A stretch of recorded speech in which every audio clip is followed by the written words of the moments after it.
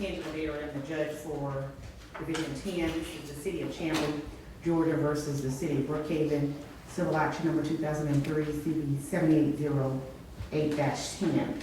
With regard to the court reporter, the court has an order indicating that both sides are sharing in the takedown. Is that correct?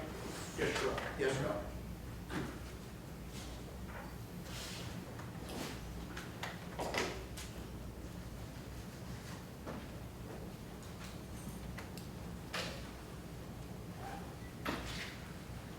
All right, now before we get started, I'm trying to figure out exactly who is in the case.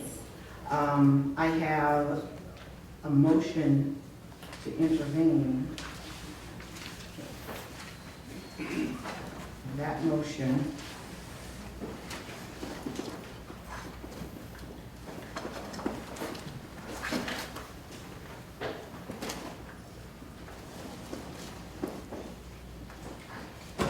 was filed by Highwoods Properties, Inc. The motion, there appears to have been a motion to intervene, but the brief did not address the reason for request to intervene. It addressed the issues that were already positioned or presented in the emergency motion. I filed two briefs, Your Honor. One in brief in support of motion to intervene, and one in as a support in the city of Brookhaven's position. Okay, now let me see the one for the request to intervene, because that's not what we received. Okay.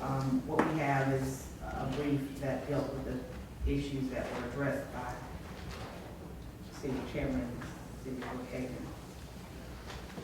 If I might, please, Your Honor, we have not been served with any of this. We served the brief in support of the city's opposition by email yesterday afternoon, and we served the other motion on Monday. You should. By what means? By mail. We have not seen either one of them. I'm certainly not doubting counsel's statements. We have not seen either one of those as of this time. Well, here's It's the, possible that what came in my email yesterday simply because of us preparing, I may not have seen, or it got caught possibly in my junk mail. well, here's the concern with the court, because I recognize that you filed the motion, but all I had was the motion for you to intervene. I'll take a look at it now. But I did not have the brief to support it. So the basis for which you're asking to intervene, I mean, I can certainly guess, but I did not have it. So. I'm sorry, I didn't mean to interrupt, but I can certainly tell you why we want to intervene in very few words. Yes, like I said, I can guess. Highwood Properties apparently is another name for Century Center. So I understand why you were motioning. I just did not have anything to support it.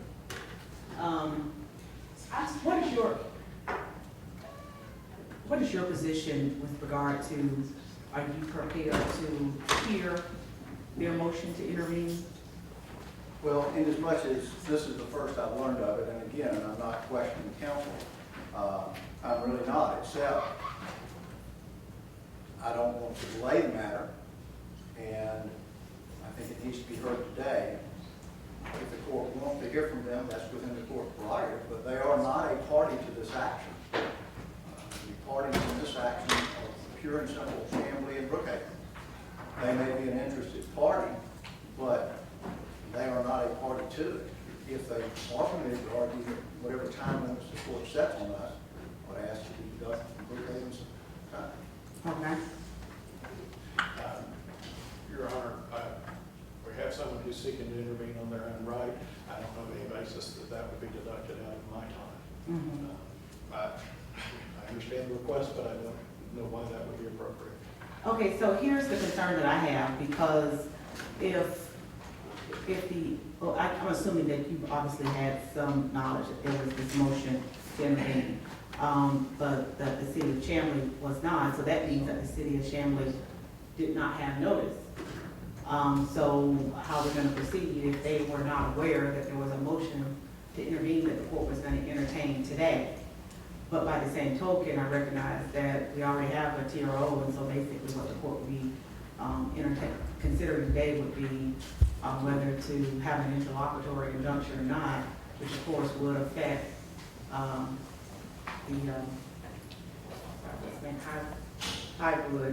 Highwood's property, I guess otherwise known as Century Center. So I'm kind of in that stage where I'm almost, there are the only two things I can do. I either reset it, which of course both parties probably would not want to consider, the court to consider, or I could ask if you want to curtail your notice and we move forward. Judge, we will leave it in your sound discretion.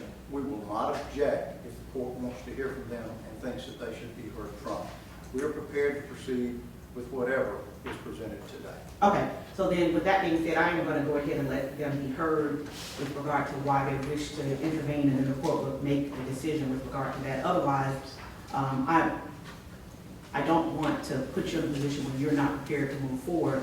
The only other option I would have is would be to reset it, so that you would be noticed. And if you're waiving that, then I will waive it. Okay, then I'll go ahead. Not quite sure where it's all going to lead, but we will wait. All right. You may proceed. Thank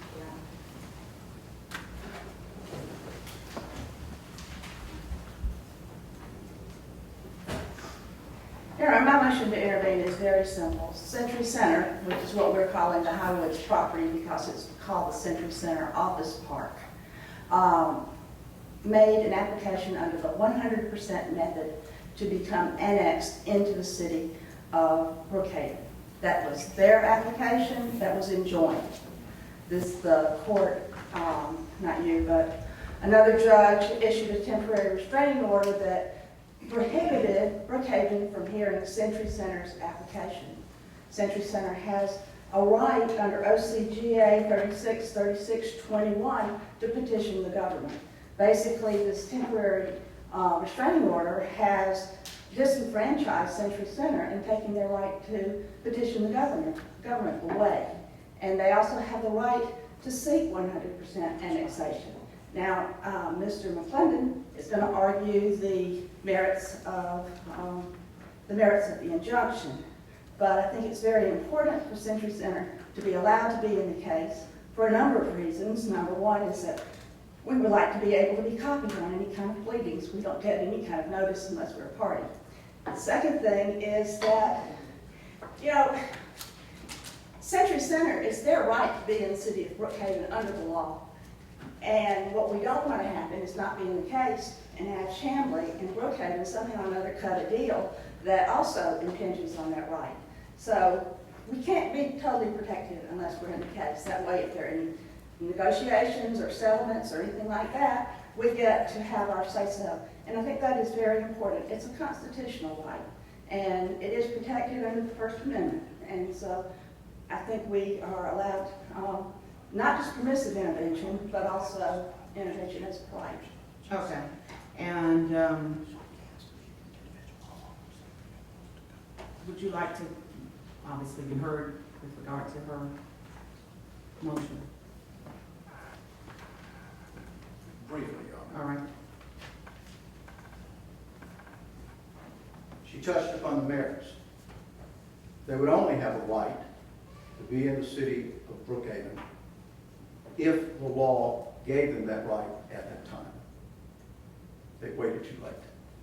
However, they still want to be heard, and I'm not going to stand in the way of that. Okay. In consideration of the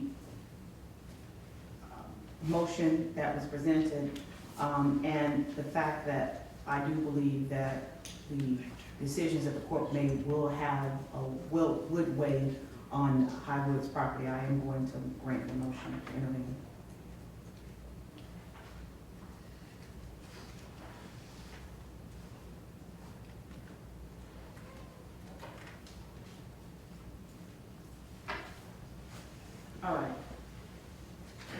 All right, so the court recognizes there was an emergency motion for a temporary restraining order. That matter was heard by Division 1, Courtney Johnson, and essentially she granted the motion to restrain. And that was granted, I believe, on August, starting on July 22nd.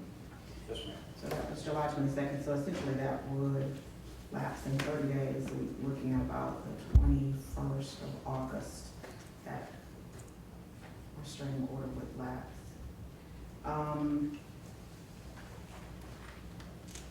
I've had an opportunity to review the motions that were presented by, briefs that were presented by the city of Chamblee and Brookhaven. There was one that came in today, that was filed today, this Crane's brief in support of the declaratory judgment and injunctive relief, and I don't know how different that is from what the court previously received, but I have not had an opportunity to read this. This one came in today. Actually, just a few hours ago, we got it. So, Mr. Wilson, I haven't had a chance to take a look at that. So I guess during your argument today, you might want to make any points that you presented in the brief.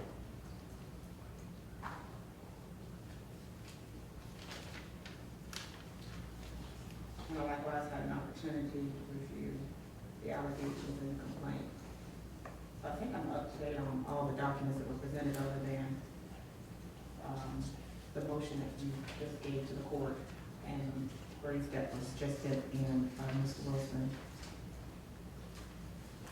All right, so let's go ahead and get started. Since it's the city of Chamblee's motion, we may begin. We may pull the easel around, Your Honor. I'm sorry. If we may pull the easel around. Yes, you may. Thank you. For the record, I'm Bob Wilson, and along with Stephen Quinn, we represent the city of Chamblee in this matter. We were seeking declaratory judgment and injunctive relief. This action was brought by Chamblee, Your Honor, and we appreciate you hearing this in a very timely manner and setting aside a special time to do so to give it your attention. During this last legislative session, the General Assembly passed legislation known as Local Act 205, which started as House Bill 619. So if you see Act 205 or House Bill 619, they're talking about the same piece of legislation. It was passed by the General Assembly, signed by the governor on May the 6th. What it provided for was for certain property to be put up at referendum in November of this year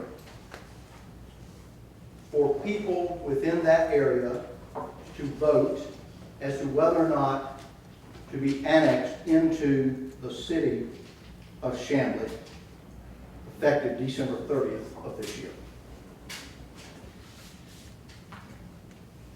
It is very clear that in the drawing of these lines by the General Assembly, they have spelled out exactly what it is that is to be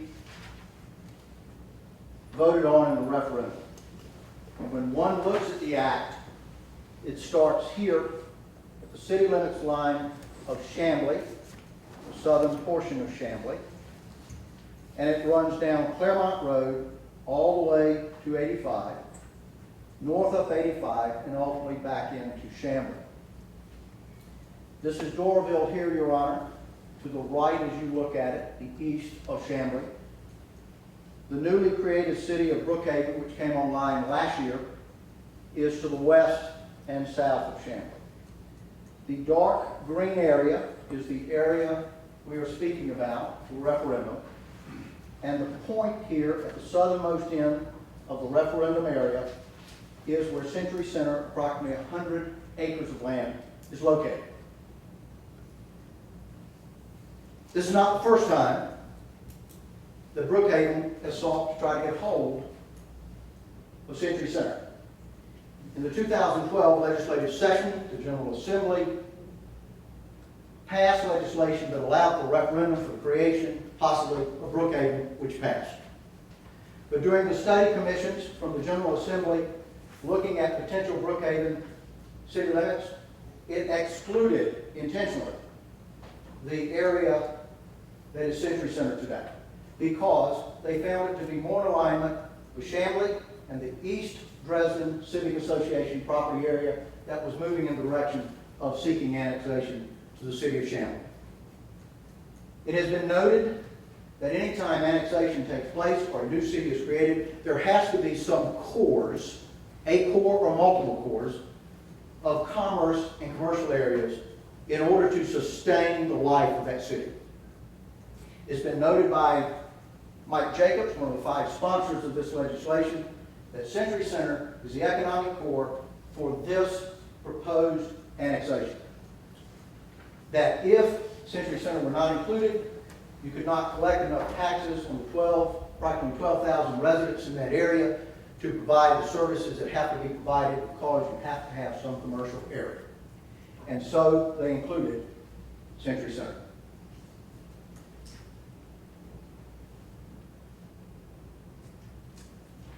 The General Assembly voted that there would be a direct referendum on this November 5th.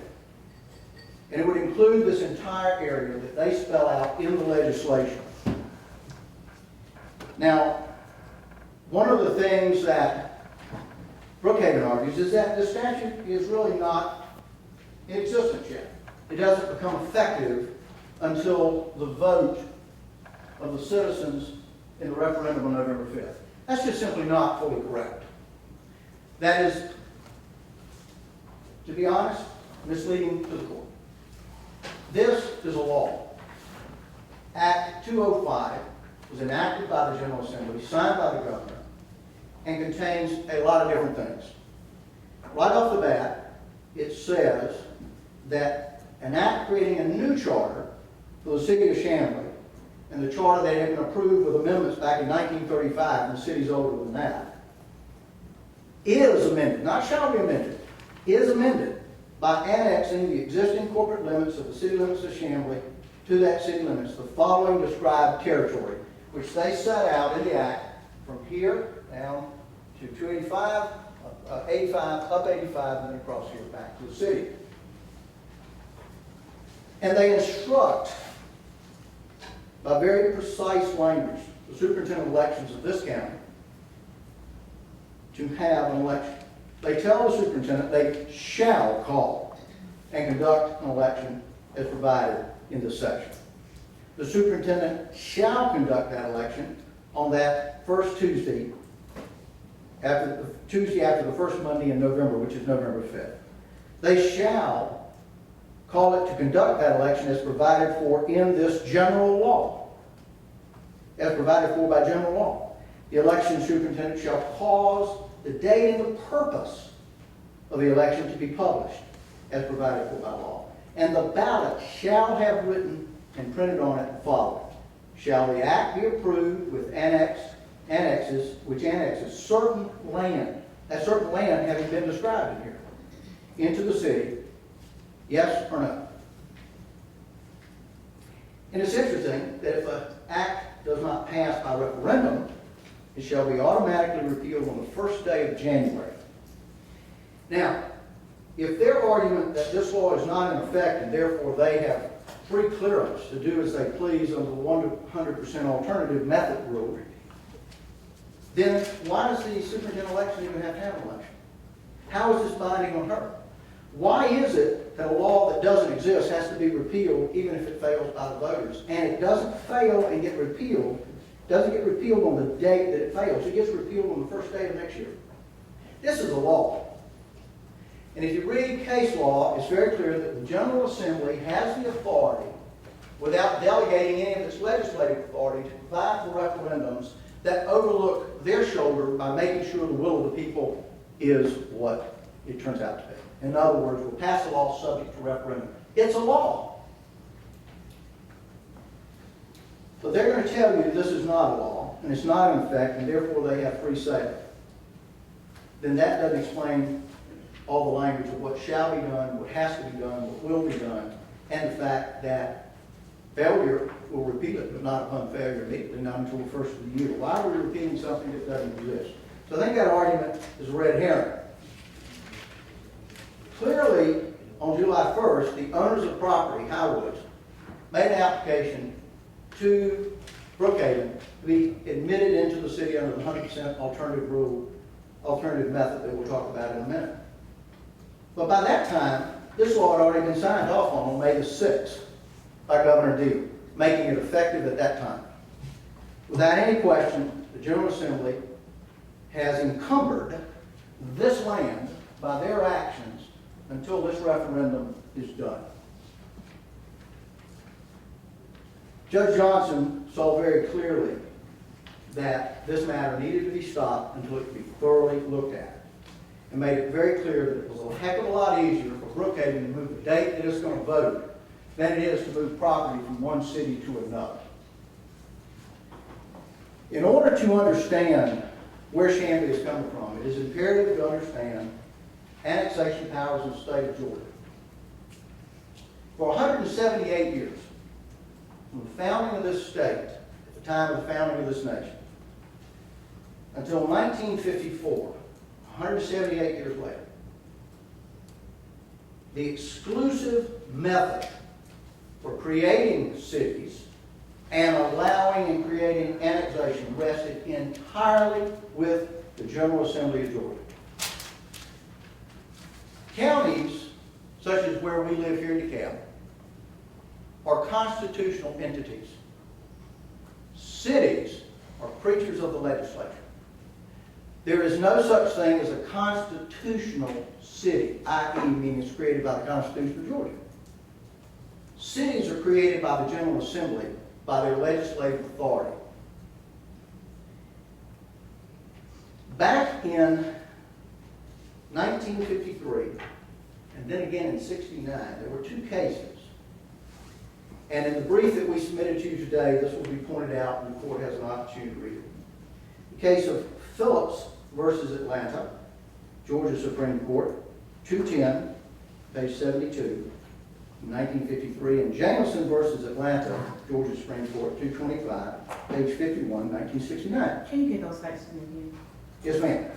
Phillips versus Atlanta is at 210, Georgia, page 72. And it's a 1953 case. And Jameson versus Atlanta, 225, Georgia, page 51, it's a 1969 case. The 1969 case is dealing with a law that existed from 1951. What these two cases do is explain the constitutional authority that is vested in the General Assembly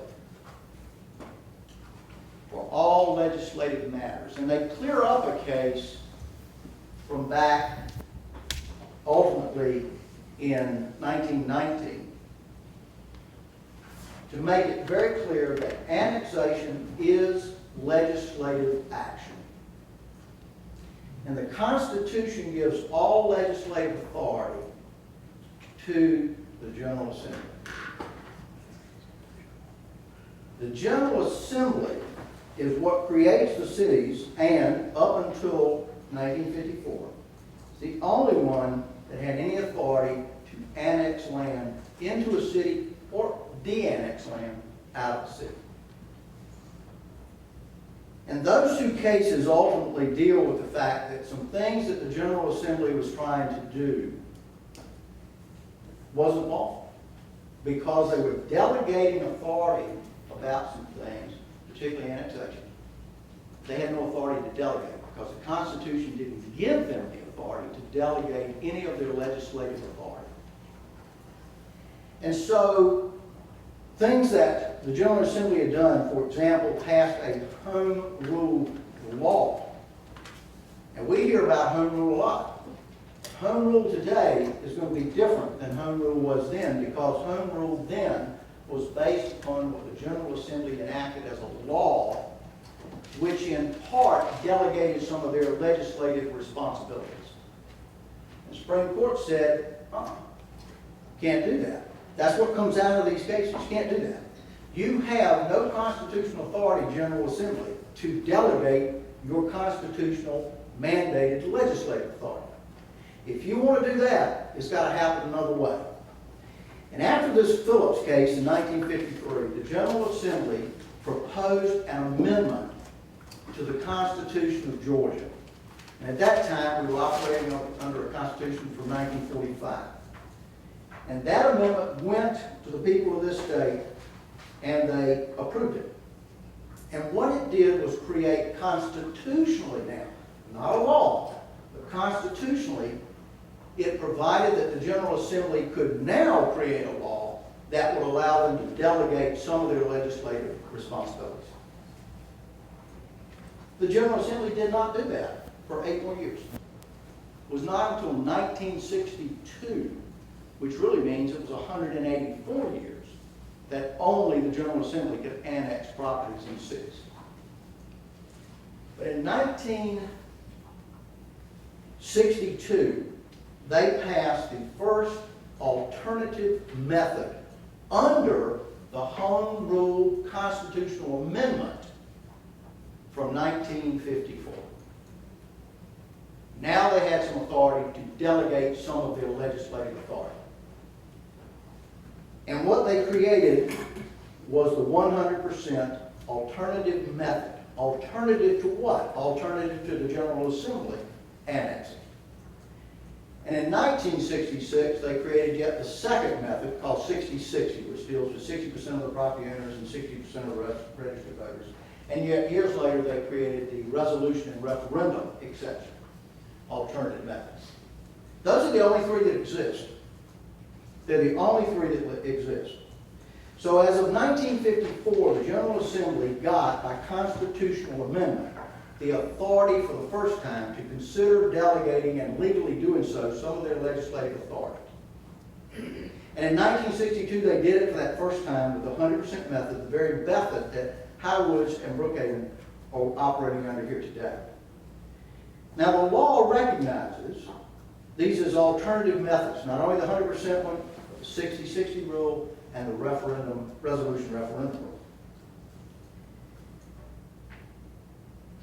The Supreme Court, in a case called Plantation Pipeline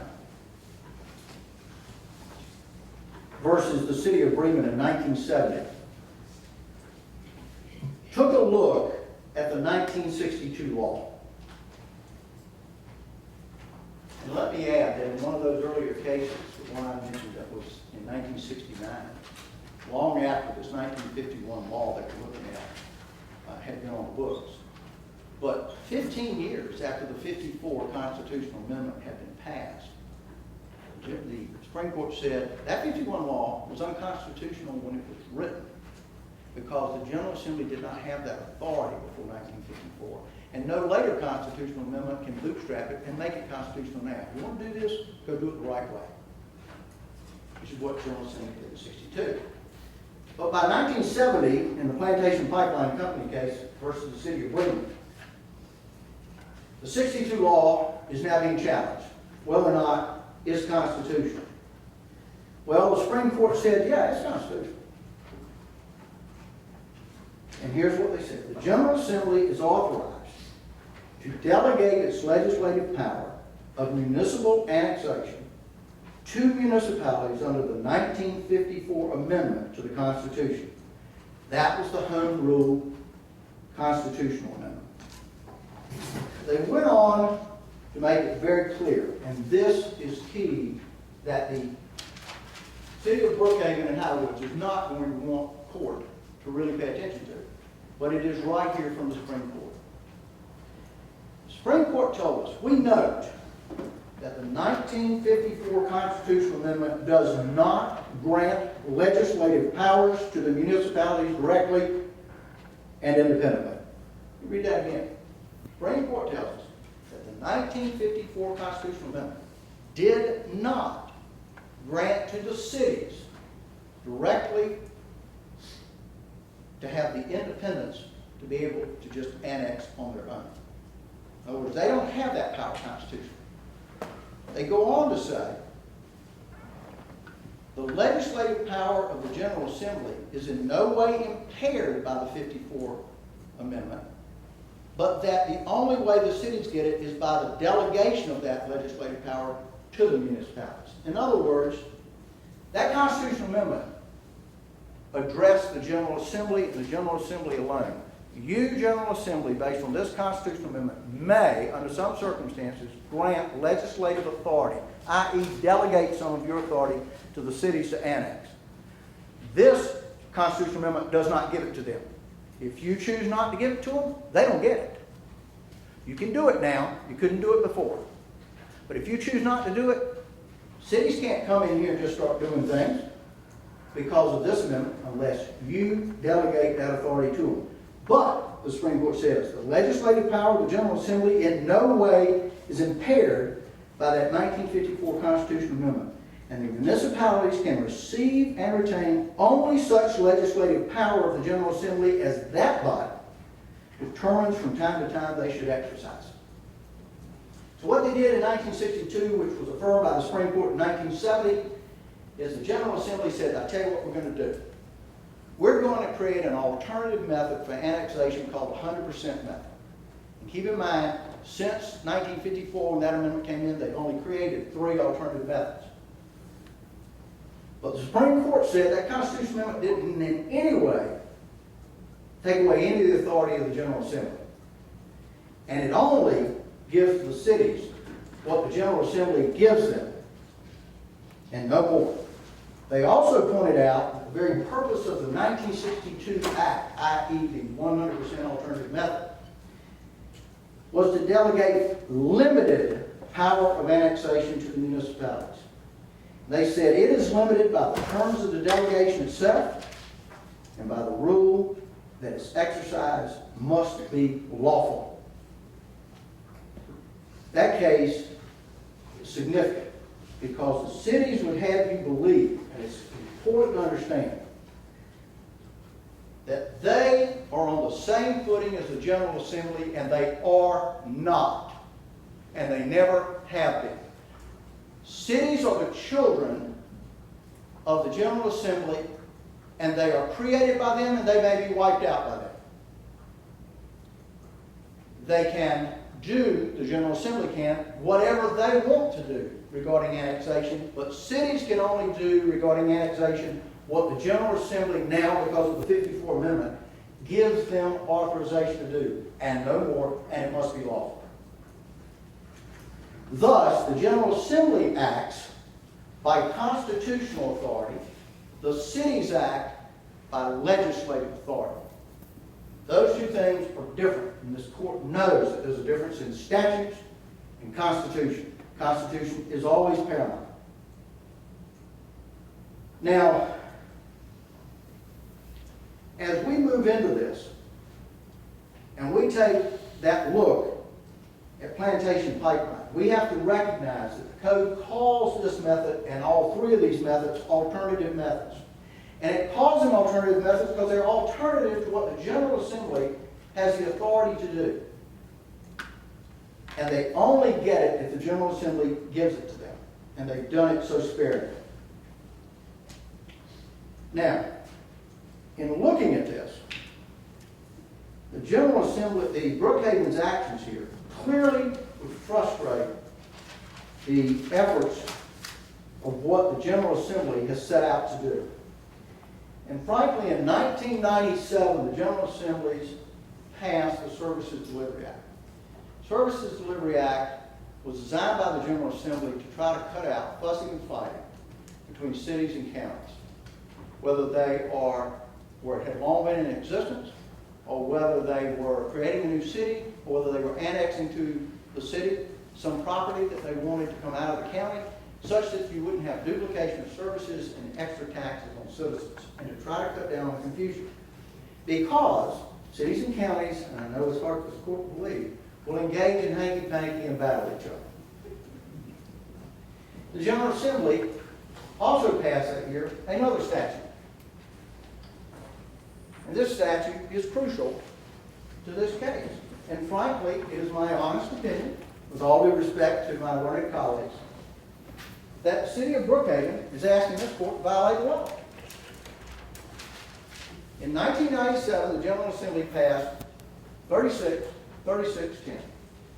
The yellow and the larger words here are our emphasis.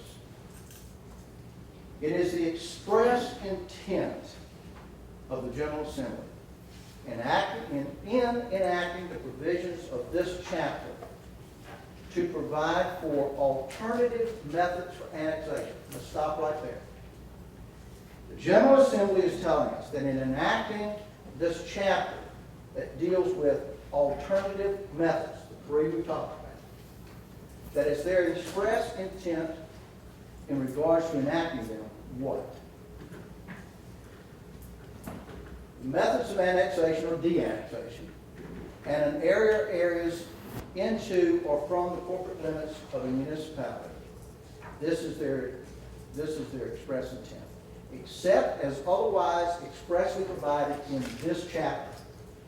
No provision of this chapter, that includes three alternative methods, that includes the 100% method, relating to annexation by any such alternative method is intended to or shall be construed to in any way restrict, limit, or otherwise impair the authority of the General Assembly to annex by local act.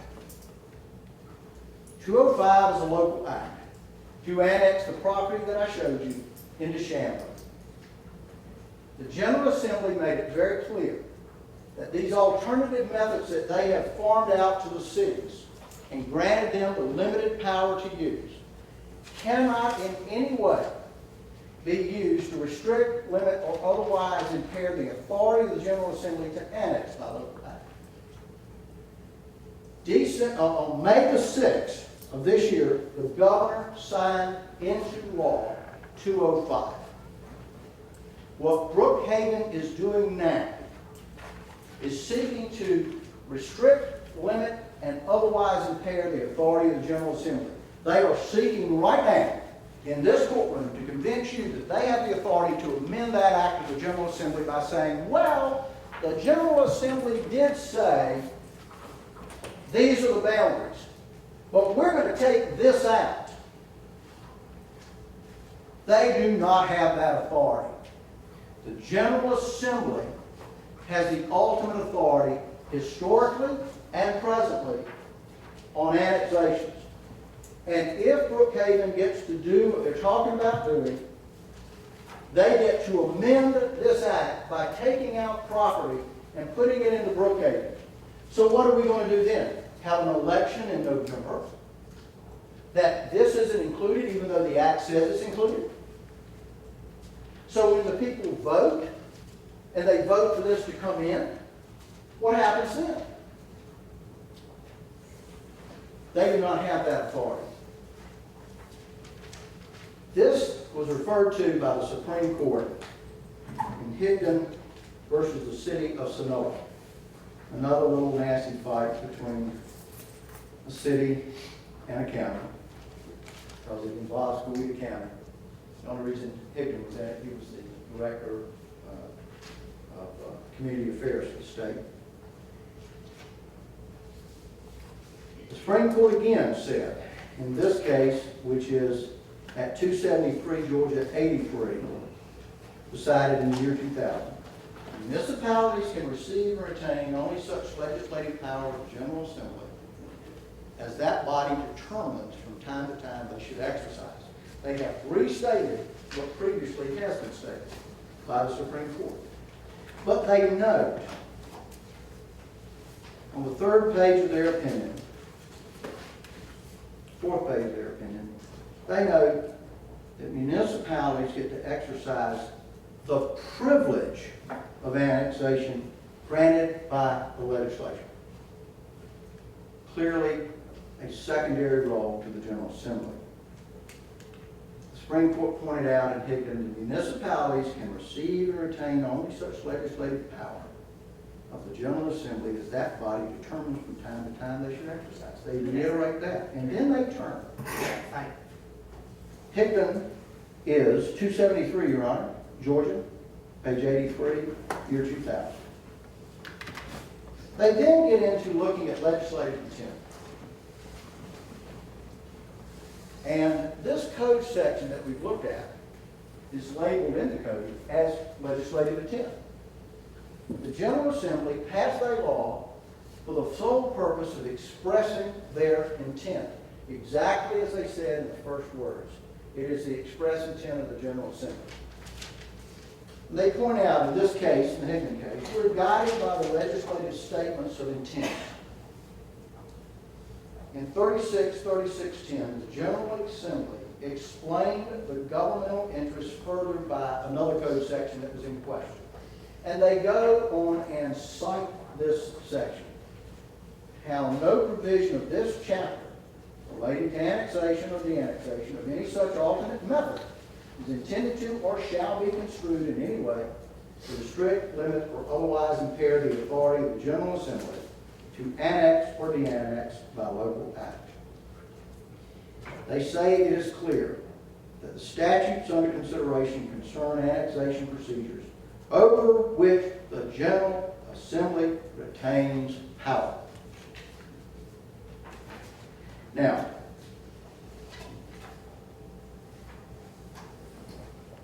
in their brief, they tell you this act is not in existence, and they tell you they have the authority to do this. They do not cite one single case for that proposition. Not only do they not do that, they do not cite a single solitary annexation case in their brief. Because there is no authority that's been handed down in this state, either by the General Assembly itself or by court decision, that allows them to trump the will of the General Assembly, and in fact, 36:3610 slaps them right in the face and says, no, you can't take the tools we gave you and then turn around and try to override us and interfere with what we do. And on May the 6th of this year, the General Assembly and the governor said, here's the law. Here's what we want to do. And this is what we're going to do. We're going to have a referendum. And you, Superintendent of Elections in DeKalb, you will do the following. You shall call that election, and you shall do the following things to get it called correctly. And this is what you shall put on the ballot. You are mandated to do that. Now comes along Brookhaven and a property owner who says, no. Well, the General Assembly's passed, we can amend it. Well, if you amend it, you're restricting it, you're limiting it, you're otherwise impairing it. We can take something away that they put in there. How can they take something away without restricting, limiting, or otherwise impairing the authority of the General Assembly? The General Assembly has acted. That's exactly what they're trying to do. Will we be harmed? You bet, Chamblee will be harmed. Because the commercial core of that piece of land would be taken away by Brookhaven, who tried to get it originally, and the legislature didn't let them have it. Now they're trying to get it again, when the legislature said, no, we're going to let the people speak about being in Chamblee. If that's taken away, Chamblee will be financially damaged. Several legislators have spoken to this point. It's an economic core of that area in order to make it financially feasible for Chamblee to take those residents into the city, because they can't pay enough taxes to cover the expenses. So you always have to have commercial. That was true when Brookhaven was created, and it's true for every other city that's out there. They will create confusion if the court lets them do this. People will go to the poll saying, well, wait a minute, is Brookhaven, do they have Century Center there, or is Century Center going to come with us? What's the outcome going to be? They're going to impact the election and the referendum, and that simply should not be allowed to be done. They will create confusion and lack of clarity, and both the city and the residents have a right to know when they vote what they get. And the General Assembly told them, and Brookhaven and Highwoods Properties does not have the right to overturn it. Will Brookhaven be harmed? Well, General Assembly must not have thought so, because they didn't give them Century Center to begin with. But no, and here's why. The referendum is November the 5th. Brookhaven has already proven that they can move very expeditiously to follow this 100% alternative method. They have it on scale to bring that into the city within 23 days of the time that the application is made. Well, if the referendum fails on November the 5th, they've got 50 days. They've got more than 50 days between then and the end of the year to bring it in. And here's what has to be understood. Economically, it doesn't make any difference. if they were to bring it in right now today, and this court let them bring it in, they cannot get the economic benefit of the taxes until the end of the year. Should it make any difference whether they brought it in today or they brought it in after November 5th? They still won't get the economic benefit of those taxes until the end of the year. That's the way annexation works. So they won't be harmed, but we will be harmed. Now,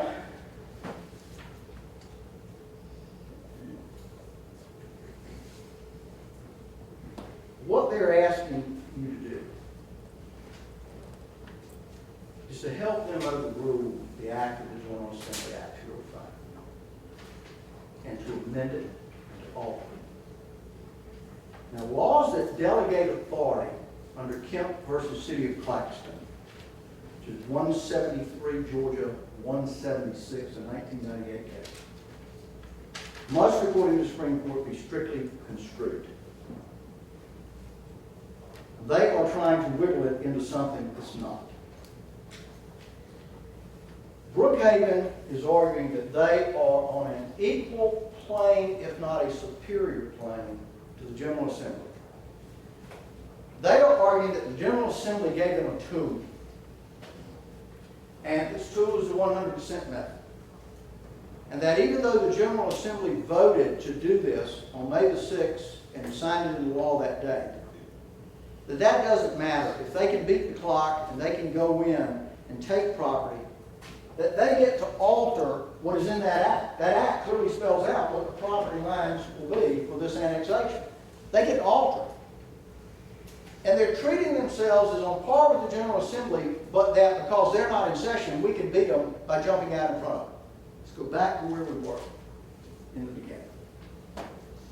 General Assembly is granted all legislative authority in this state when it comes to the matters of creating cities, allowing cities to do what cities do, and annexing or de-annexing land. Absolutely 100%. And until the Home Rule Amendment passed to the Constitution in 54, and the General Assembly exercised its authority under that act in 62, it was all exclusively with them. But they gave the cities some room to work. But they did not make them equal to or superior to the General Assembly. However, take a look at what was passed in 97. What do you think happened between 1962, when they passed it, and 1997, when they passed this? Mischief, my cities. And so they said, let's make this clear. This is our intent. We're giving you the tools, you have a right to use them, but not in any way to restrict, limit, or otherwise impair us, and they cannot be construed to do that. Now, Brookhaven has construed the law that they can use it, and that for some reason it doesn't restrict, limit, or otherwise impair the General Assembly, even though they're changing the law that was passed by the General Assembly without any authorization to do so. But more disconcerting is they're asking you to do that. They honestly are asking this court to construe the law to let them change the legislative act. I ask wrong to make that argument. I don't think that's an argument that can be made honestly. The cities are not on an equal plane with the General Assembly. It would have been a lot like I raised 3 kids. One of them, when they got to ride a bike, they were 6 years old, and they actually could ride it. I said, you can ride it here in the driveway. And they tell me, Dad, now I can ride this bike. I'll ride it any daggone place I want to drive it. I'll ride this thing all the way to Atlanta, and I'm going to do it at night. I'm going to tell you something else. You're not going with me. That's exactly what it is. Brookhaven has overstepped their position, and they're asking this court to validate it. We do not believe the court, with all due respect, actually has the authority in light of 36-36-10 to do that. In fact, I think you would have to fly straight in the face of this to rule in their favor.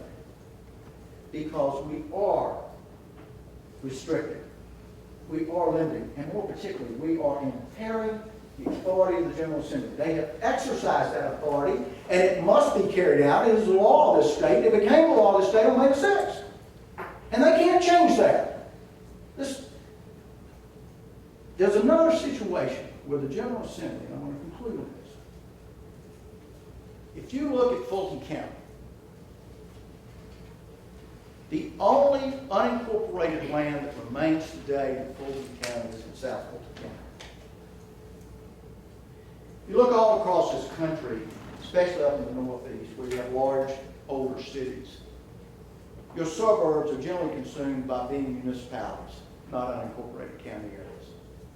Atlanta being a bit younger and its growth coming a bit later, it is now engaging in activities of incorporating various areas around cities to a greater extent than they ever have in the past, and more like their brethren of the North who have been around a lot longer and grew a lot earlier.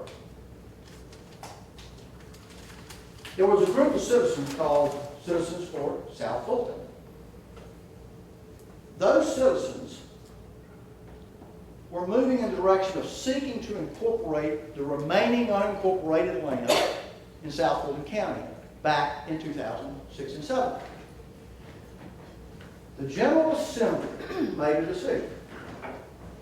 It passed a law that said, we're going to have a referendum for a city of South Fulton.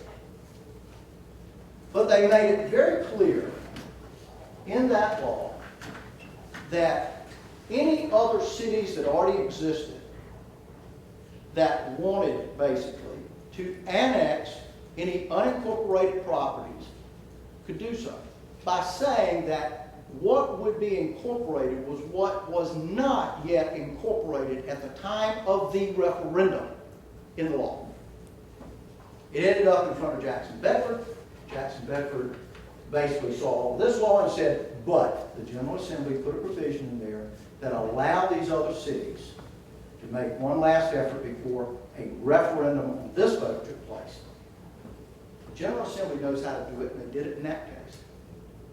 Of course, of all the cities, they've all passed, except South Fulton.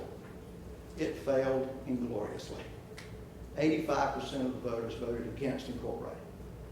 But the General Assembly in that legislation invited the cities, is what Judge Jackson found, to go ahead and annex land contiguous to you if you want it, because what's going to get incorporated if the citizens vote for it is what remains unincorporated when they pass a referendum or sit there. So they know how to do it. And they did not do that here. They made it very clear here what they were doing. They have encumbered this land as of May 6th till November the 5th. And Brookhaven has no right to take the small fork that the legislature gave them to eat with for some level of annexations and treat it as if it is the scalpel from which they can dissect the entire General Assembly of the Constitution of Georgia, which is what they're trying to do. I've saved my time for rebuttal, Your Honor. All right. Thank you.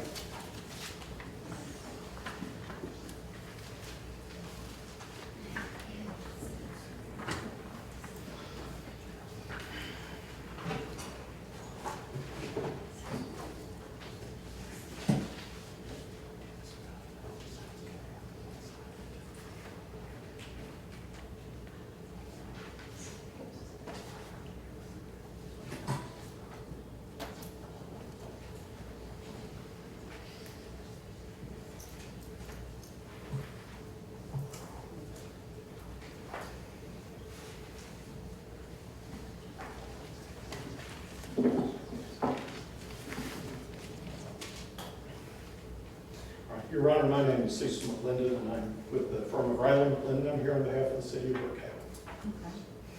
Brookhaven. The plaintiff's attorney has basically come forward and they've argued the merits of the case to you. They've argued the law to you and told you, Judge, this is what this legislation says. This is how it should be construed. It's easy. How dare Brookhaven even challenge that? Okay? That's one factor of what we're here talking about today. Because what we're here talking today is not the merits of the entire declaratory judgment action.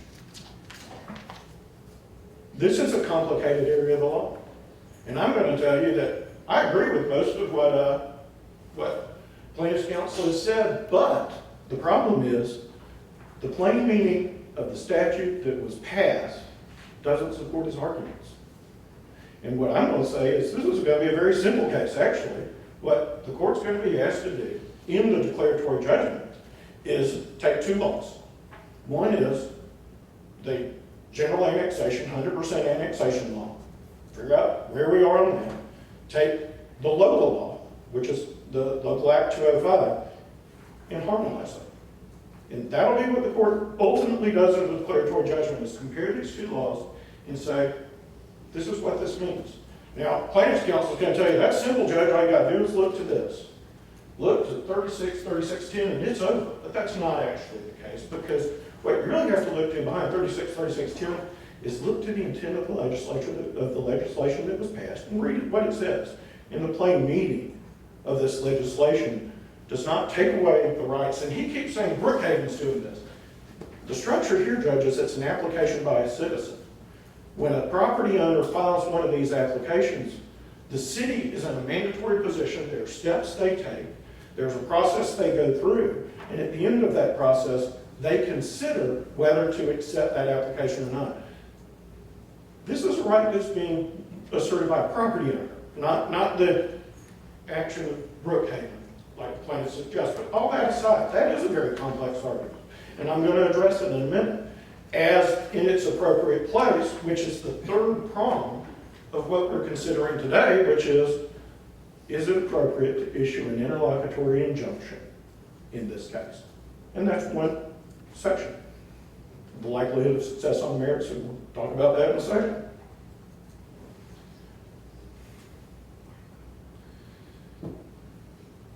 The standard for an interlocutory injunction is very high, Judge. Georgia courts have said it's an extraordinary remedy, one of the most powerful that a court can issue.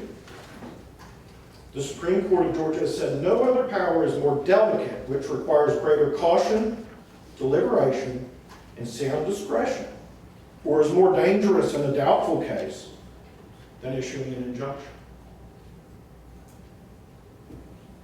In addition, when we're here on this motion today, the plaintiffs have to carry the burden. I didn't hear the plaintiffs talking about the factors that are really on the table today. What I heard them talking about is one, success on the merits. That's all they really addressed in that entire argument.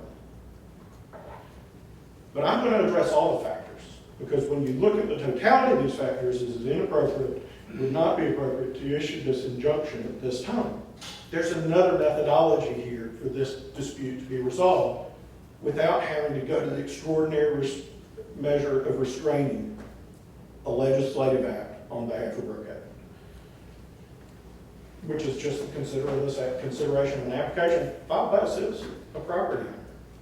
The factors in determining whether an injunction should issue are: one, is there a substantial threat of irreparable injury to the requesting party if the injunction is not granted? Two, the threatened injury outweighs the threatened harm that the injunction may do to the party being enjoined.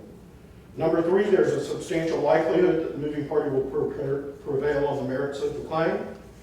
And four, granting the interlocutory injunction will not disserve the public interest. They have the burden, Your Honor. For the purposes of this hearing, I'm going to tell you, I don't believe they can meet that burden on any of these prongs. And I think the plaintiff's attorney gave you a good history of the facts, so I'll try to touch on that briefly.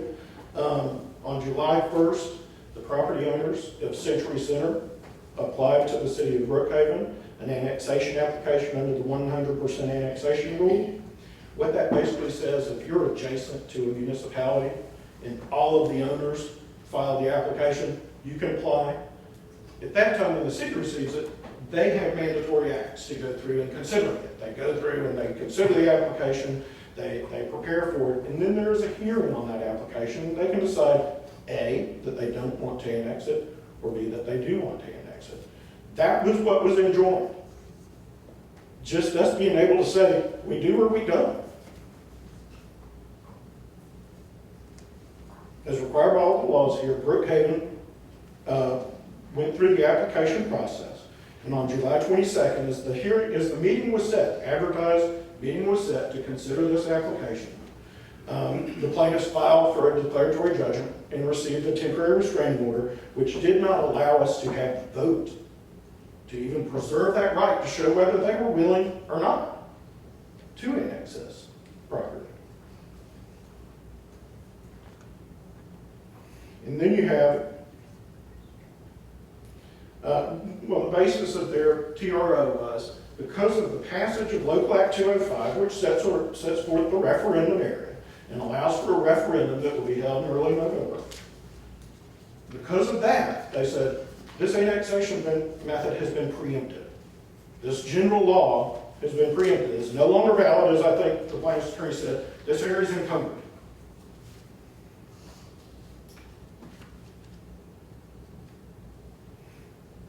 But when you read the text of that law, the first section says, this shall be annexed. But that text is the actual language that becomes effective, but only if there's an affirmative vote of the legislature, of the citizens of the annexation area. If that vote happens, there is no annexation. When they say this is encumbered, that is not correct. Now, I'm going to show you in a minute. It could have been encumbered. Actually, this language is what sort of lets it be encumbered. But it wasn't encumbered by the plain text of this law. The legislature had that opportunity, but instead, the cases that the plaintiffs have cited, Plantation Pipeline, Higdon, a factor he didn't talk about in those cases is there's a good quote in them. And what it says is that the Georgia, and we're going to get to this, but the Georgia Supreme Court has recognized that when it comes to annexation, the legislature has a very liberal policy, and that policy is to give self-determination to property owners. That's in the case. The bottom line is, remember, the Local Act 205 does not contain any language that preempts these alternative methods and the 100% method. And what the city of Chamblee is actually asking you to do is, Judge, I know the legislature didn't put it in there, but will you write it in there for me? And when you write that in, if you write that in, what you're doing is you're taking the property rights away from a citizen, from a property owner who otherwise has a right under general law to request. And this is under the statutory scheme that the legislature has set up, a scheme that they went to great pains, and we'll talk about this in the declaratory judgment hearing. The legislature did over backwards to try to set up a process to let people have that self-determination. Part of that's why you have all this language. They're trying to make it constitutional, but the constitutionality is to let people have that discretion. And in this legislation, they could have encumbered it. Absolutely. They could have made it effective on day one. But instead, they didn't say anything about preempting those laws. So the first factor in whether an interlocutory injunction is correct, would be correct to issue, and the plaintiff has the burden, is that there's an irreparable harm to the plaintiff if the injunction is not granted.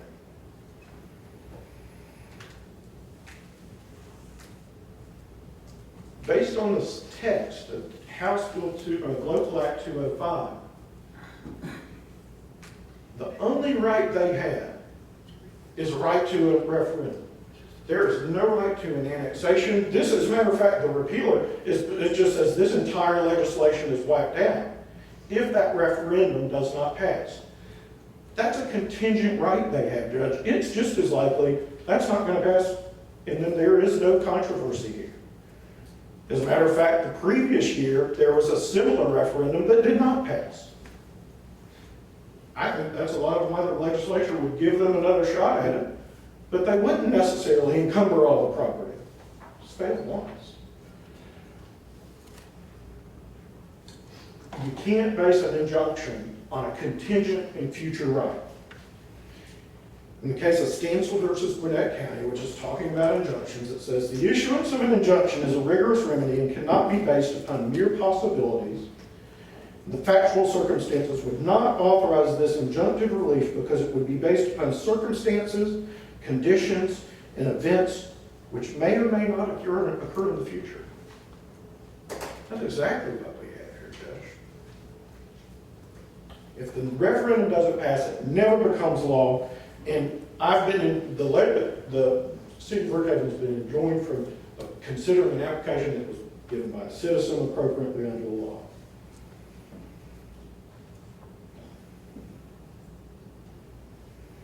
That contingent right does not give them the type of right that they can get an injunction on. The second thing is, there is no irreparable harm if there's an adequate remedy under the law. And again, the burden is on them. I'm arguing everything on this because they didn't even touch on this. They argued one factor. They didn't even touch on all the factors required that they had the burden on. But even if this passes, okay, this passes, the referendum passes, now it says the annexation will not become effective until December 3rd. So you have a vote in November, but there's no even governmental annexation right until the end of December, right? December 30th. This declaratory judgment is their adequate remedy at law, Judge. We have a dispute about two laws. They tell you it's simple. I'm going to tell you we're going to need to talk about it. You need to look at both these laws and harmonize them and tell us what they mean when considered together. In the case of Duluth versus Railroad Properties, it says, there was no irreparable harm since an adequate remedy at law was allowed to the movement.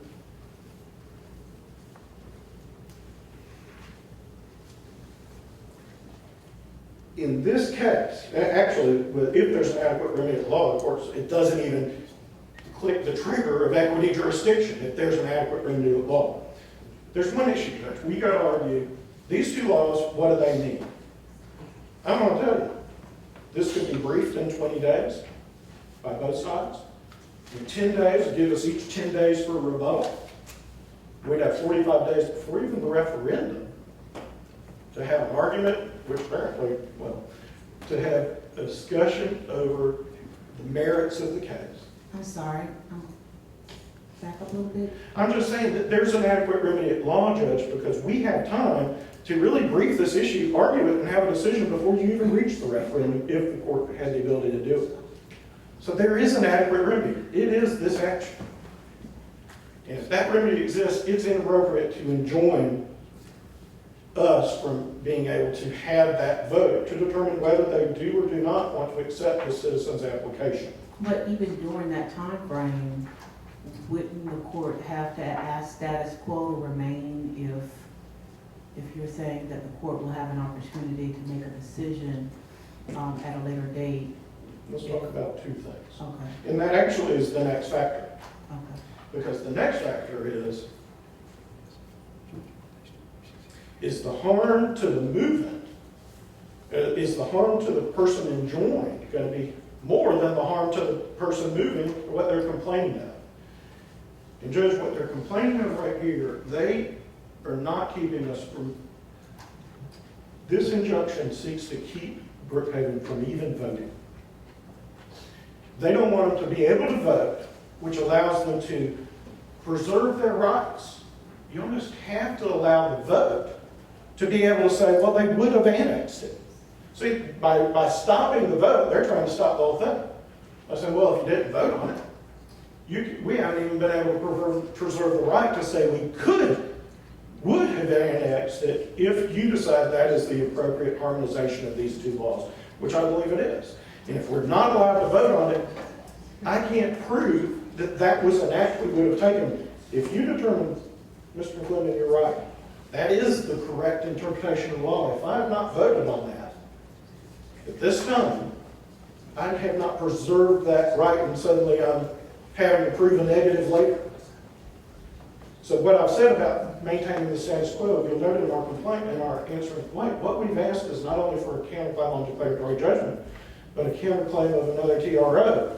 Because if you tell me I can't preserve my rights to show that we would have been willing to annex this property and have that legislative vote, we can't really let the referendum go forward The vote is a critical point. Now, if the court wants to join after that, that's a different argument, and we can do that in dependency of, let's get this declaratory judgment figured out. But the vote, if that vote is not allowed, the detriment to the city of Brookhaven is final and maybe unwindable. Because we haven't been able to show that we would have annexed it. So even if I went and said, well, you didn't do it, you didn't take the act, because the act is necessary to preserve that right. The other area this touches on, Judge, is, and this gets a little into what we were talking about. The act of an annexation is the city exercising a delegated power of the legislature. There's no question about it. Now, it's constrained, and that's the only reason. Actually, the history is very interesting to this. And in the declaratory judgment, that'll be what we talk about. It's sort of how the law reached here, because a lot of this was crafted because the legislature was unable to give just broad delegation and say, you can annex whatever you want. For it to be constitutional, and a constitutional delegation of powers, they had to narrow it down. And there is a separation of powers issue. If you say, this body can't vote, I'm going to hold up they're even voting. Now, what happens after the vote? Different. But the vote is critical.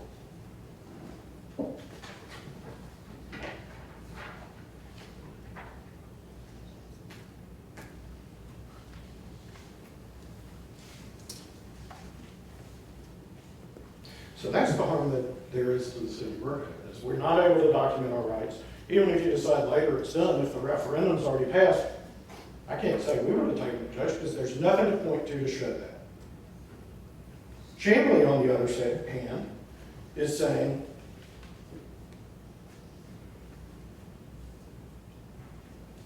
I have this contingent right in this vote. There may be confusion.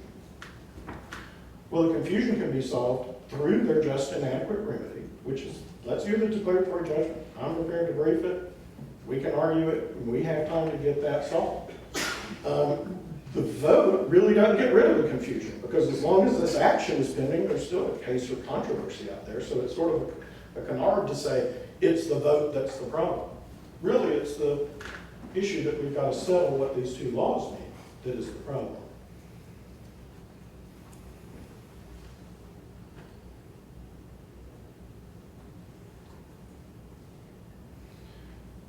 So the harm is greater to Brookhaven if the injunction is issued and we're not allowed to vote because we can't set those rights straight. And then the next problem you get to, and again, the plaintiffs had the burden on this, and this is what they argue, is that they have the likelihood of success on the merits. Again, they have the burden of proving that. This is a very complicated area of the law. It's going to be very, well, for me, it'll be an interesting conversation to have to talk about how we've reached here. But that conversation, which we just had, has not crossed the burden of showing a substantial likelihood that they will survive the merits for several reasons.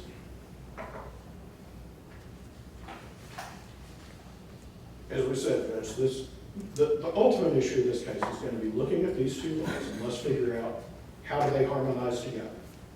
You have a local act that allowed a referendum that set forth proposed annexation area. And you have a general law that allows property owners to come in and petition the government and say, we would like to be annexed into your jurisdiction. In the local act, the Annexation Act did not say, we preempt these other types of annexation actions from being used. It doesn't say that. The plain language of it doesn't say that, Judge. And there is a presumption that laws which are going to impinge on the rights of a property owner, which are going to be in derogation of the rights, you have to construe those narrowly. That legislation needed to say, during the pendency of this referendum, no other referendum laws can be used. It doesn't say that. They want you to write that for them. They want you to find that that's what it means because it's not what it says. And when you do, if you do that, that would be in derogation of the property rights, the rights that have not been preempted for people otherwise asked for annexations. Now, I can say, Judge, I'm going to leave, if you have the text of House Bill Local Act 205, it does not create an annexation. By its plain terms, when they say this is encumbered, this is annexed, and it's only repealed later, it does not say that. What it says is there's an area that's going to be subject to a referendum, and if that referendum is passed, then it becomes effective December 30th. The only thing they're entitled to under that law right now is a vote. That's it. That's their only right. And nothing here is going to keep them from having that vote.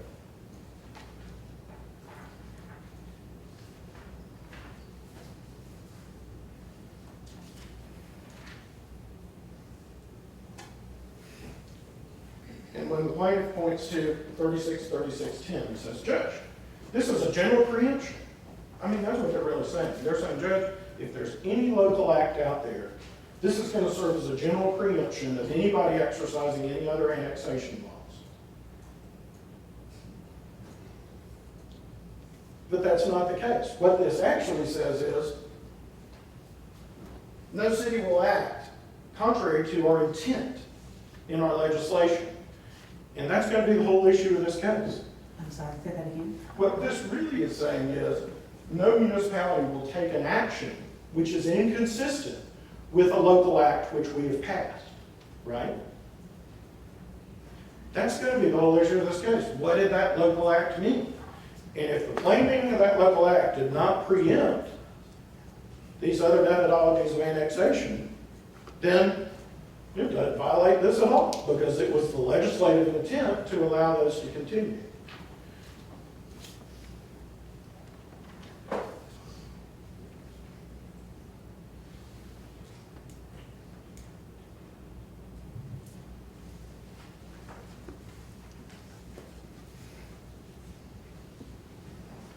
The problem is, if you read this as a general prohibition, what this is, and when we argue it historically, what this is sort of a narrowing down to say, yeah, these can be used, but they have to be used consistent with what we've asked for in our House bills, right, in the local act. So if our local act says it's an immediate annexation, which is one of the options, it could be effective upon signature of the governor, and no other annexation is allowed.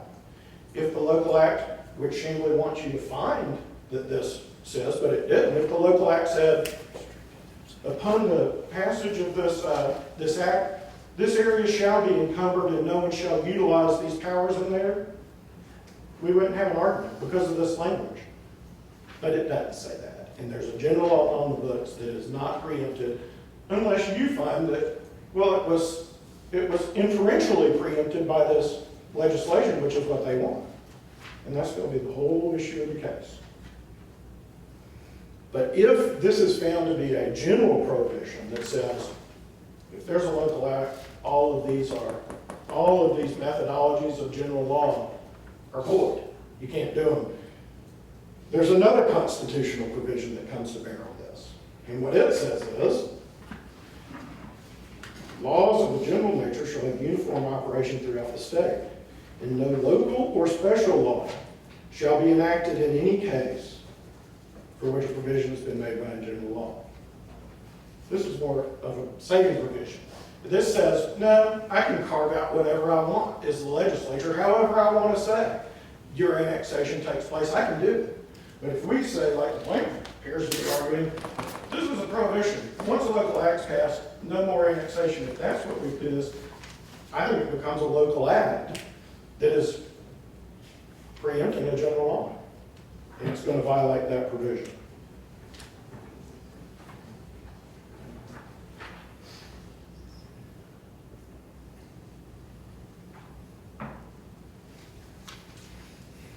One of the things that is important, and it's actually part of the plantation pipeline case. It is a provision of the plantation pipeline case that says, all statutes are presumed to be enacted by the General Assembly with full knowledge of the existing conditional law and with reference to it, and therefore to be construed in connection and in harmony with the existing laws.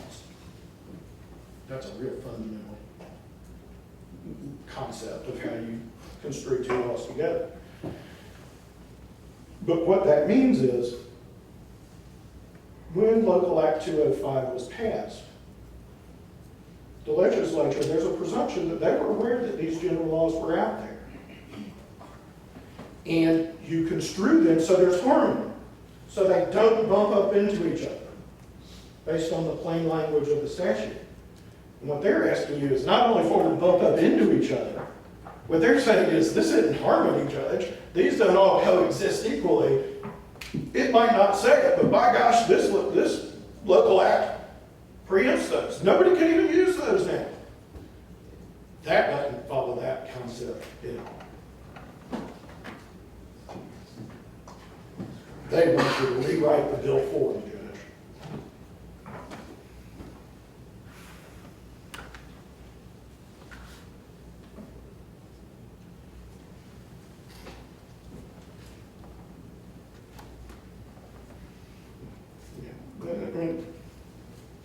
This would be a drastic rewrite of this law to interpret it that way. If you read this for its plain meaning, to add in the sentence that says, this area is encumbered and nobody else can annex in it, it's not in there, it would be a drastic rewrite and it wouldn't be in harmony with the general law. Of a couple of notes, I attached in my brief a letter from the Attorney General's office, who wouldn't render any opinion, but he did note it was a proposed annexation area. And I think also important here to remember is, and this we talked about briefly earlier, Higdon versus Sonoria, a case cited by the plaintiffs. This is the Supreme Court of Georgia in 2000. We have determined that the General Assembly has intended a liberal policy in the area of annexation by municipalities, seeking leave as such matters primarily under local control. That's absolutely consistent with creating a potential annexation area, but saying, you know what, you're in the annexation area, but in the interim, if property owners, if you would rather be somewhere else, and there's a law that allows it, we're not going to stop you. I believe there's a case, actually, HP Properties versus Roswell. And the facts are a little different, but it was an annexation where a piece of property was pulled out. But the annexation went forward. The referendum went forward with a piece of property pulled out. What was this? HP Properties versus Roswell, 247 Georgia App 851. 247 Georgia Ave. 851. And the facts are very different. I mean, it's a different scenario where the county and the city were sort of haggling over it under a different provision of the annexation law, the services provision where the county can object and you got to negotiate. But a piece of property was removed in that process in a referendum. Referendum went forward.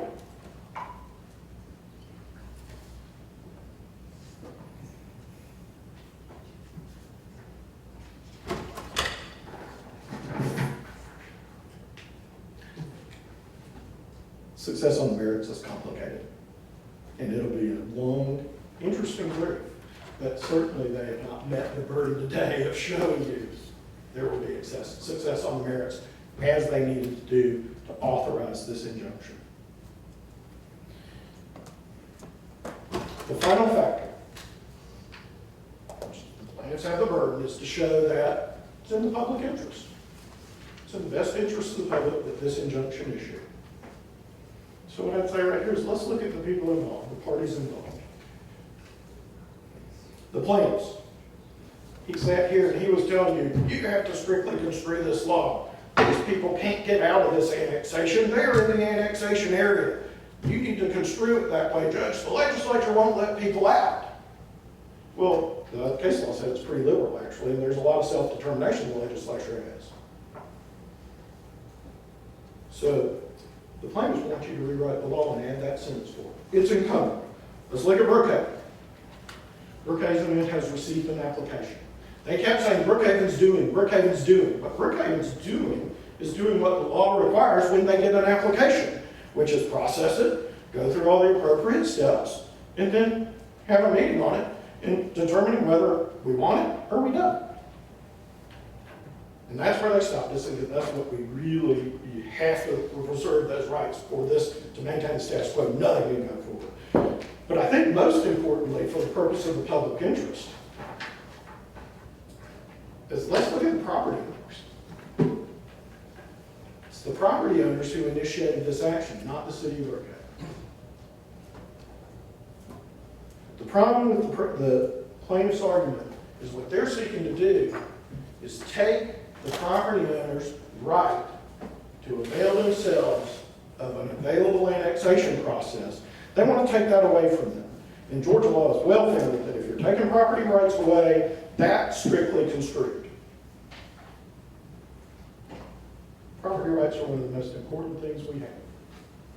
The ability to choose, and the legislature's recognized that by giving this all of this work to be able to throw this delegate, this power down, which we'll talk about the history, was so that could happen. So they could say, let's let this happen at a local level and not do it up here at the legislative level.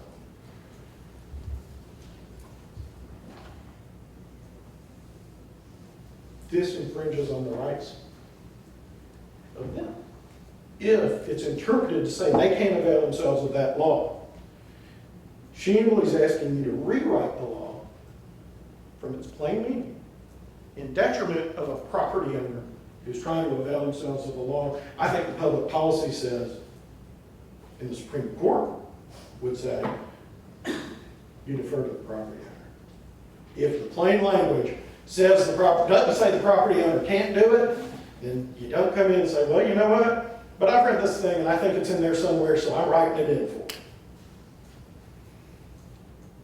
That's what this hearing's really about, not the history lesson. That's the next hearing, Judge. The next hearing is when we have this long discussion of the history of delegation of powers and all these cases. This hearing's about these factors. They have an adequate remedy of law because we can get this decided before that referendum. They don't have irreparable harm because they don't even know if they're going to have a right until that referendum is completed. Brookhaven has a higher level of harm if we're not allowed to show that we would be willing to annex this, because if we don't get to say that, if we don't get to prove that, we may never have the same opportunity. Frankly, it should have happened on the day that it came up for the vote, because every day it's not happening, that changes things. And if you say Brookhaven can't preserve their rights on it, somehow to maintain the status quo, you say they can't preserve their rights either. And that's hard to do. This vote needs to go forward and not be enjoined so we can know exactly what we're dealing with as we go forward and say, okay, now let's look at the law and figure out what's really happening here. Let's look at these two laws and figure out how it works.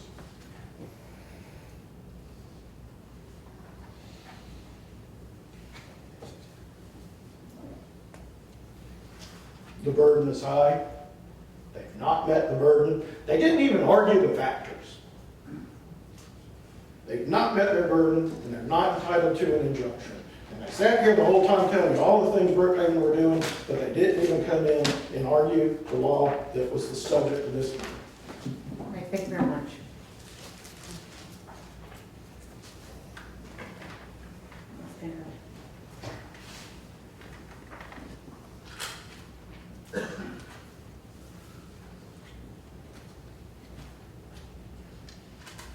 I'm not going to repeat all the arguments that Mr. McLean made or try to reply to everything that the plaintiffs have said today, because I think the case, in the case of the injunction, I have a serious doubt that this court has the authority to enjoin the legislative process in the city of Brookhaven. The city of Brookhaven's power to pass this annexation legislation is delegated to it by the state. The court would not enjoin the legislative process of the state, and by virtue of that, it cannot enjoin the legislative process of the city of Brookhaven. If, after the fact, the court finds that there are problems with the annexation, or for some reason it should not have happened, or it was not done properly. The court does have the power to come in after the fact, but I do think at this point an injunction is impermissible. And I don't have my citations on that here today, but I'll be happy to present them to the court, because I think that is a key issue in whether or not an injunction should issue. And one of the reasons that that is such a key issue is because Century Center is a citizen or a corporate citizen who has the right, constitutional rights of individual citizens, and Century Center is trying to exercise its right. And this injunction is disenfranchising Century Center. And I don't believe that an injunction at this point would be appropriate, because it would disenfranchise Century Center and keep it from exercising its rights. And I've cited some law in my briefs, and this is really, I'm not sure this is a SLAP Act case, but OCGA 911-11.1 sets out the policy of the General Assembly. It is in the public interest to encourage participation by the citizens of Georgia in matters of public significance through the exercise of their constitutional rights of freedom of speech and the right to petition government for redress of grievances. An injunction at this point totally interferes with that right and should not be issued. All right, thank you very much. Let me ask Mr. Clinton. Yes, ma'am. Oh, I'm sorry. No, that's okay. That you had. Well, if you want to ask him Go something ahead. before. Go ahead. Okay. Follow the court's record.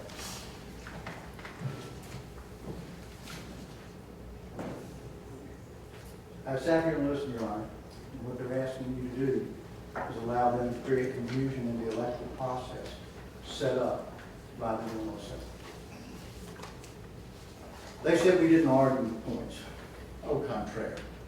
We didn't use the language they wanted us to use. We didn't make the argument they wanted us to make. That there is substantial threat of irreparable harm, I argued directly on that point. What was going to happen to Chamblee if this court does not enter an interlocutory injunction? Listening to them is like listening to the state, which I used to speak for every day, and telling the court, don't grant an injunction on this execution because we won't know until we carry it out whether we're going to kill the guy. That's exactly what they told the court. Let us vote. They didn't put that up as a contingent vote. Go read the placards. Look at what's in the briefs. They didn't say, we're going to vote on this 100% contingent upon what happens, and they'll come to the city if the referendum fails. Oh, no. They're going to take a vote on whether it comes in the city, just like we're going to have an execution tonight on somebody. Well, you buy their argument, it is that you're going to have to wait and let us try to execute him to see if there's actual real harm.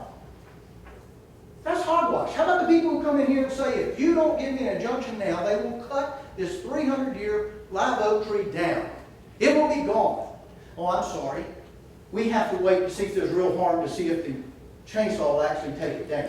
That's what they're arguing. That's horsebucking. They keep talking about this being a complicated area of the law. It's not complicated. The courts deal with declaratory judgments and interlocutory injunctions all the time. The law is very clear on this point.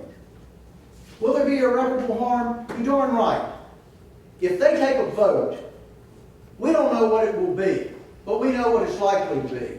And if it turns out to be what we think it will be, they're going to create confusion in the marketplace, i.e. the referendum that's going to be held on November the 5th.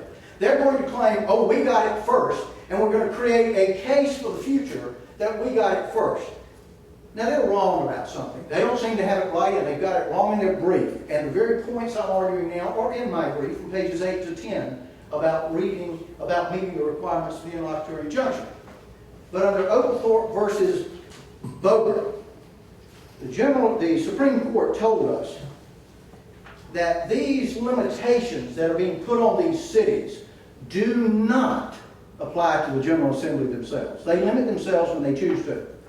But by limiting the cities, they do not automatically limit themselves. And the idea that the General Assembly can't annex a piece of property from one city to another is wrong. Boger makes it clear that the General Assembly is not restricted to the area of annexation of just unincorporated land, which is where cities have to operate. They can't annex from another city. But in Boger, it makes it very clear the General Assembly. I know you have it in the brief. Yes, ma'am, I do. It's in my brief, but it's 267 Georgia, 485, 1997. So what could happen here is they go and vote to take it into their city. And then the referendum passes, and now we're going to have an argument over the Boger case that Chamblee gets to get it back from Brookhaven. Why in the world are we doing that? Why are we going down that road? So they can create confusion and hope to defeat the referendum. Well, there's a way to campaign for referendums, but this is not it. Number two, the threat and injury outweighs the threat and harm. I discussed that in my argument. There's nothing bad going to happen to them. If the referendum fails, they can take their vote after the referendum fails. And they can still get the city online, the annexation online and in place before the close of the year so they get the tax benefit. There's a substantial likelihood that the moving party will prevail on the merits of their claim. Of course I argued it. That was my whole argument. Not only do I think there's a substantial likelihood, I think the law requires that we prevail. And the question, he said, ultimately, Mr. Clinton said, that you have to argue that it's not in the public interest. That's not what it says. That granting the interlocutory appeal does not disserve the public interest. My whole argument is around that. And we've covered this in our brief, specifically to those points. Sustaining the intent of the General Assembly is never in the disservice of the public. Never.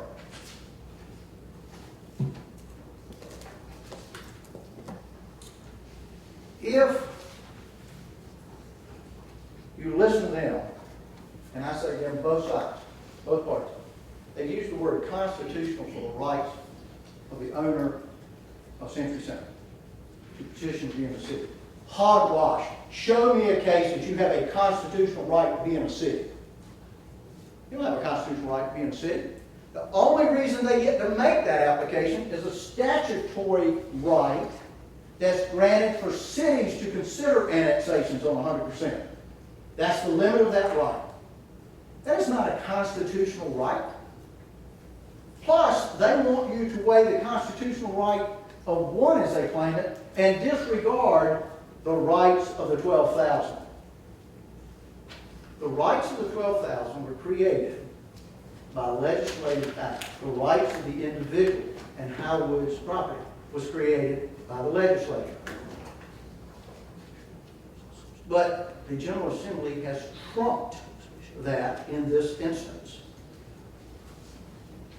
You talk about no city could act contrary to local law if you bought this. Oh, his interpretation of this, that you just can't go against these methods. That's not what that says. I actually trust that this court can read this and see that what he claimed it said is not what it says. This clearly states that no one can construe the alternative methods.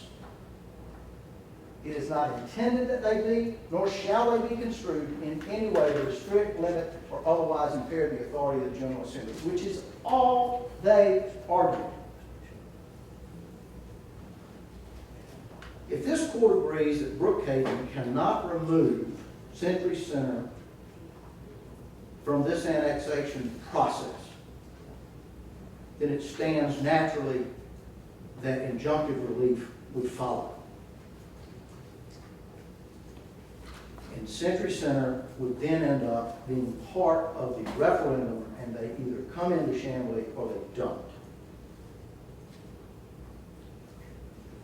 There's nothing that can be accomplished by allowing the vote to take place except to create confusion, which is what they want.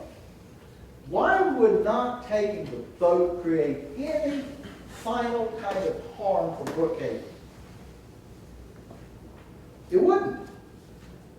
If the referendum fails on November the 5th, then they can make the application, carry it forward, and complete it by the end of the year. So why are they so determined to do it now?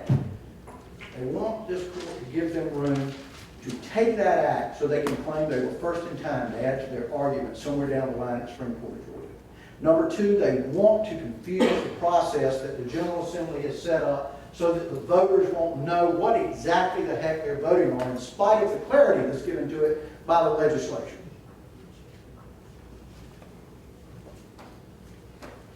If Century Center is removed by Brookhaven, and those 12,000 people who live there, and when the vote is taken, will not get to vote on what the General Assembly said they could vote on. And the Roswell case that they cite is not a General Assembly annexation. An annexation by Roswell, and they're battling it out with the county. Doesn't apply here. We're messing with the General Assembly here. They also talk about, Mr. McClendon, and I'm surprised he argued this. Why didn't they make it immediate? Why didn't the General Assembly make it immediate? I can answer that question for you. I'm sorry, what was that? Why didn't the General Assembly make the annexation immediate? Why didn't they vote and just say it's annexed? Because the General Assembly, in its wisdom, in the past, passed Code Section 363616. And they restricted themselves. And they said, anytime we're dealing with an annexation where there are more than 500 residents, there'll be a referendum. They'll give the people the chance to speak. It is a self-restriction the General Assembly has placed upon itself by that statute. Now, could they have repealed that statute for this one annexation? I suppose they could have, but they didn't. Because in their infinite wisdom, they have decided that when they do annexations that involve residential areas where there's more than 500 people involved, they ought to allow a vote to take place. And they want at least 6 months to go by before the enactment of the legislation and the vote. Now, by following their own rules, since they are the absolute authority on annexation in this state, because they're the only one with the constitutional authority to do it, suddenly we've got the other side arguing in this court they should have made it immediate if they had wanted to. They should have put some language in there that said, oh, and nobody else can use any of these local methods. They could have said that. They made it very clear what they were setting aside on May the 6th when the government executed it, and that's an election on November the 5th on a particular piece of property that you saw here. But all you have to do is go back and look at the South Fulton situation, which did not make it to an appellate court. But we can give the court, you can find the piece of legislation and we can supply it to the court. And it's very clear that they left open the door specifically for cities to seek to annex before the referendum. They did not do that here.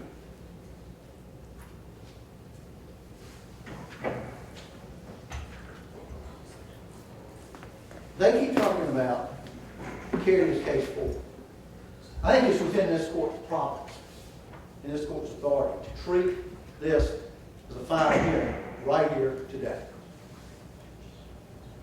They act like they are guaranteed to be able to move forward with further hearings. Why do they want those? They don't want you to put a final decision down that says, no, you can't do it. The legislature has spoken, and I can't let you, under this act, restrict, limit, or otherwise impair, and that's what you're doing, so we're done. Why? Because they want to keep the pot stirred. We've all seen this before. Keep the pot stirred. Keep this alive. Keep it agitated until at least the referendum, because if we do that, we might be able to affect the outcome. We ask this court to grant our request for declaratory judgment.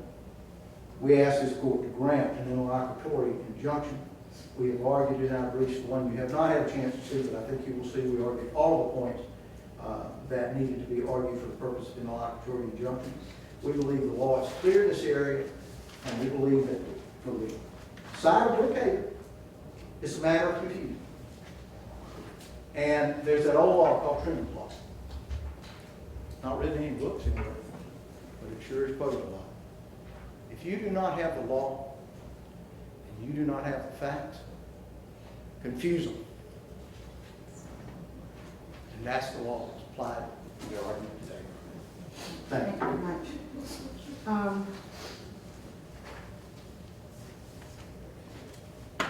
Let me actually actually, let me start with you, Mr. Wilson.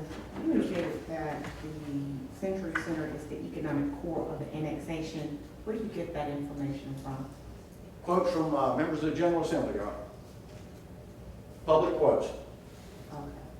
And from documents from the General Assembly and press releases from 2012, when they were looking at creating the city of Brookhaven, where Brookhaven wanted to include a Century Center, and the General Assembly decided no, it was properly a core with the right-hand side of Claremont Road with the east, what is called the East Dresden Civic Association, that for future annexation here, this would be the economic core for that. And so they removed it in 2012 from consideration for Brookhaven city limits. They included it in 2013 for the referendum to take place in Chamblee. All right, thanks.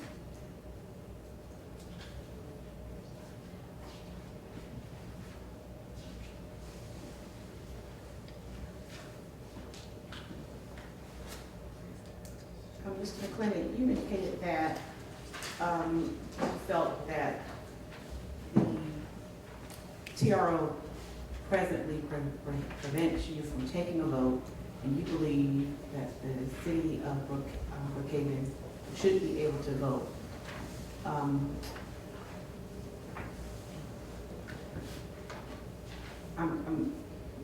I think that Mr. Wilson's position kind of are the same concept the court had thought about. If the referendum doesn't pass, wouldn't you still have the opportunity to take the vote? The problem with that, Judge, is it presumes that my argument on the merits is wrong.